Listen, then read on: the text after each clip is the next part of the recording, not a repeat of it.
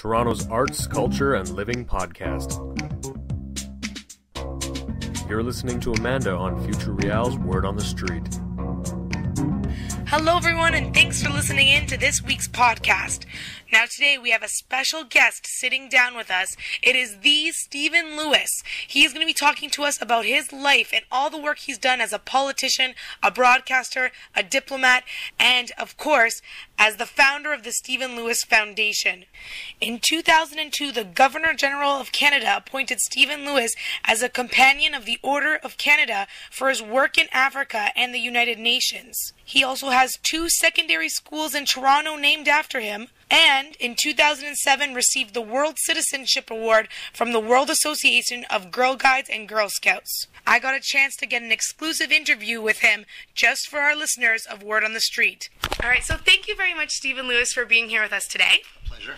So, just to start us off, tell me a little bit about what you would consider yourself. If you're going to give yourself a title, how would you incorporate all that you've done as a profession? Yeah, it's a good question. I have no idea, because my life has been segmented into politics and diplomacy and multilateralism, working directly with or indirectly with the United Nations. So I get uncomfortable and a little embarrassed at the use of the word humanitarian, which is often applied, because the world is filled with humanitarians, many of whom have done a lot more work than I've done in the field, on the ground where it counts.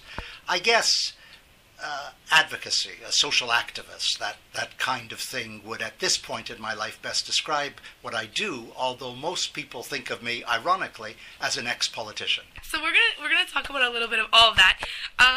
So was there a moment in your life where, you realized, I gotta get out of Canada, I wanna do work, across the seas or across the world, or, was there something bigger waiting for you somewhere else? Well, there were three critical moments in my life. The first was, because I'm a democratic socialist, the NDP ideology, the CCF ideology before it, encompassed a great concern for international affairs. So even when I was in the legislature, when I was elected way back in 1963, one of the first private members' resolutions I introduced was to ban the sale of South African wines and liquors in the Ontario Liquor Control Board, simply because it was one of those international issues.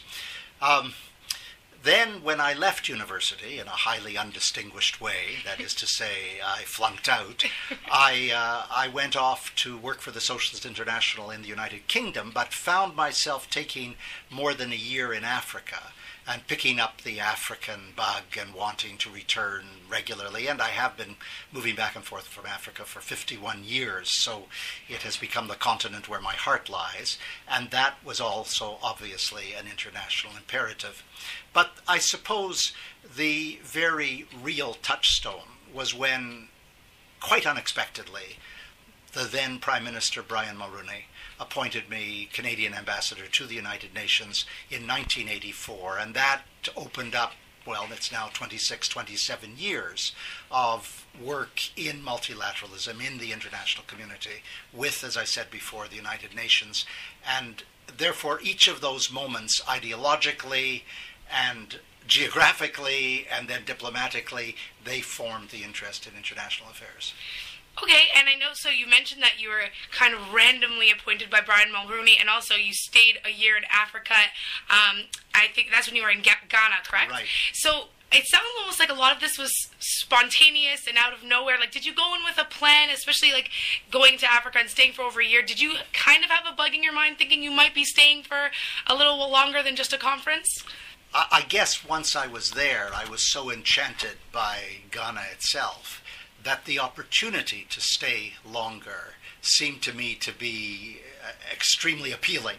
And I immediately looked for a job and got one at Accra High School, teaching English and history. It was ridiculous, I'm not a teacher. But also teaching extramural studies at the university, which was really quite fascinating. Again, without credentials, but I loved it. I had no plan. I mean, it is fair to say everything was impulsive and spontaneous, a good word. And I guess, although I have taken firm employment over the years. I've lived a life which has largely been unexpected in its various components, and I'm comfortable with that. I immerse myself deeply in whatever it is that comes along, but I'm never quite sure what will come along. I'm 73 years old. I'm looking for my next career.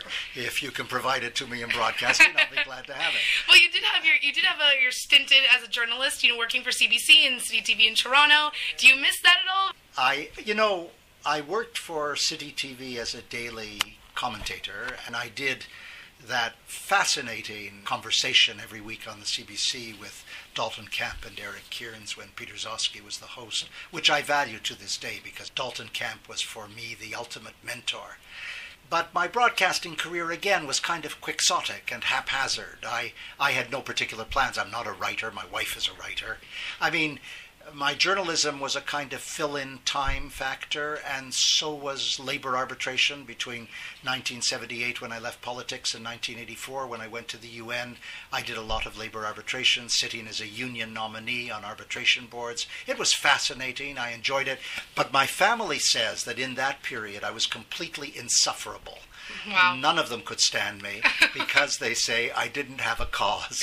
And when I don't have a cause, I cannot be lived with. I'm unendurable. Oh my goodness. Do you feel like you were raised maybe in the political mindset and in a family that was putting, heavy importance on politics and getting into the political scene? Absolutely. I was licking envelopes when I was 3 years old. I was reading Marx when I was 4. No, quite seriously, I was immersed in the politics of the left from the day I was born. And it became obvious that I would want to experiment with politics. When I was a teenager, I went out to Saskatchewan and British Columbia to manage campaigns. I ran for office myself at the age of 25. My father was the federal leader when I was the provincial leader. It was very much a family business. And I know you also did some work with UNICEF, so I don't know if you could talk about that for a little bit. Worked for UNICEF off and on, directly and indirectly, for a decade, the decade of the 90s.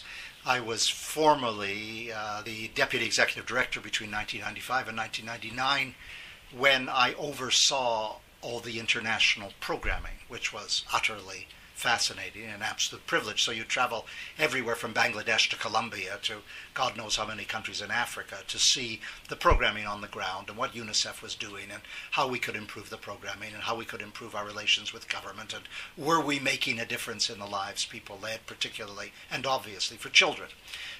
That was an incredibly privileged experience, and it helped, I think, set the basis for the subsequent work on HIV/AIDS in Africa.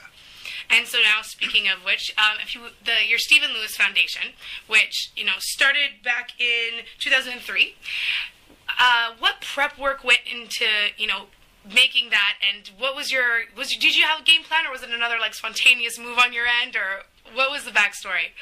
The backstory is ridiculous and yet entirely consistent with the ad hoc nature of my life. I was extremely anguished and despairing about what I was seeing as I traveled through southern Africa. I was appointed in June of 2001, and there was, I remember, an AIDS conference in Nairobi at the end of 2003, and I was completely devastated by what I was encountering. And I was with a friend who now is the co-founder and co-director of AIDS Free World, which I spend a lot of time on. At the time, she was working as UNICEF's regional advisor on HIV/AIDS in Eastern and Southern Africa. And Paula listened to all my grief about what I was observing and said to me, I remember the words, "Stop complaining, do something, create your own foundation, and help if you want to."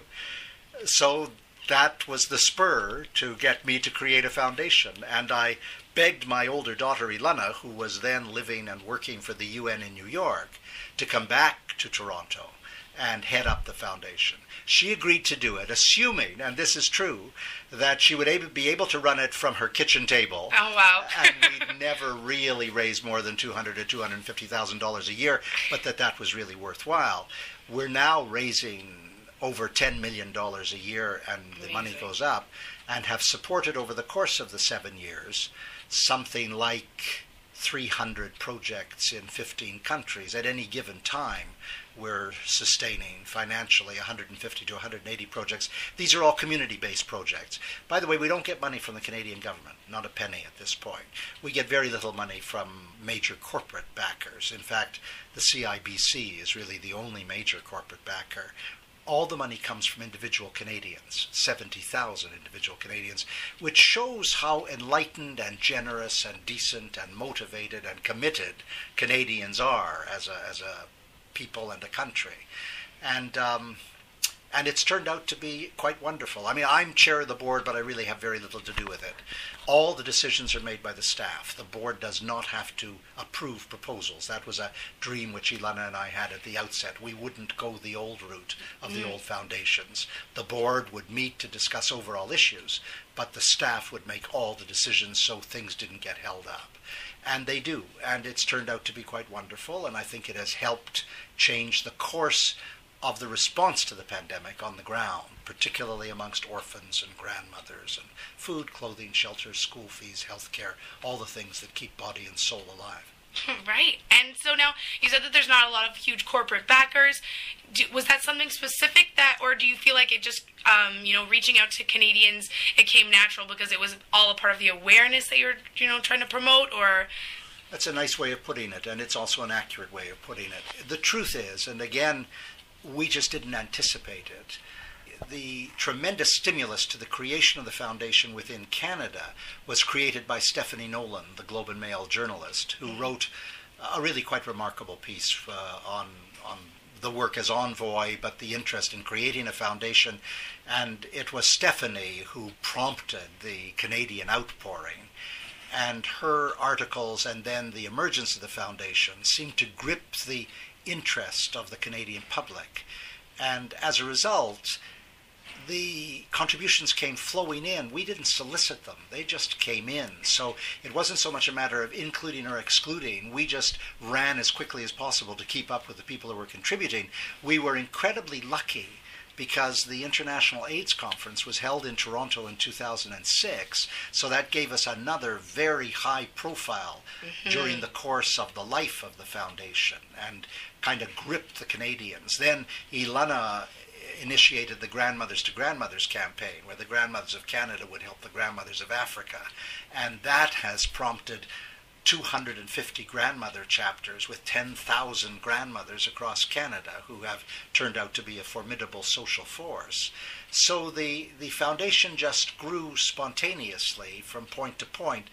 We are, for the first time, you've probably noticed, we're having a major fundraising event. We've never done that before in the 7 years. We've got Alicia Keys and Kanan and Angelique Kidjo and Harry Belafonte and a number of Canadian performers at a concert on May the 3rd to raise some money and to raise awareness. But mostly we've been in the incredibly fortunate position of having Canadians respond without our having to go out and solicit extensively. Yeah, so that's the Hope Rising, sorry, that's what it's called, right? Correct? The concert is called Hope Rising, yes. Yeah, so, and do you feel like an event like this is going to be, able to launch your foundation even more? Do you think it's going to be, because you did say it's something different that you've never really done before, what are you kind of expecting? I'm not sure what we're expecting, and we've already received a great deal of attention to the work of the foundation. And frankly, if it raises public consciousness and raises public awareness about the continued life and death struggle in Africa, that would be enough. If it raises some money as well, that's fine, but in an odd way, that's not our compulsive interest. Our compulsive interest is to make people aware that there are good celebrities, not self-promoting celebrities, but good celebrities who care about the issues, who will provide pro bono entertainment for a night to bring people together to appreciate the work. That seems to me to be the major focus. Right. Okay, and last question. You have been going for years and years and years. When are you going to be done? When are you going to stop? Do you feel like...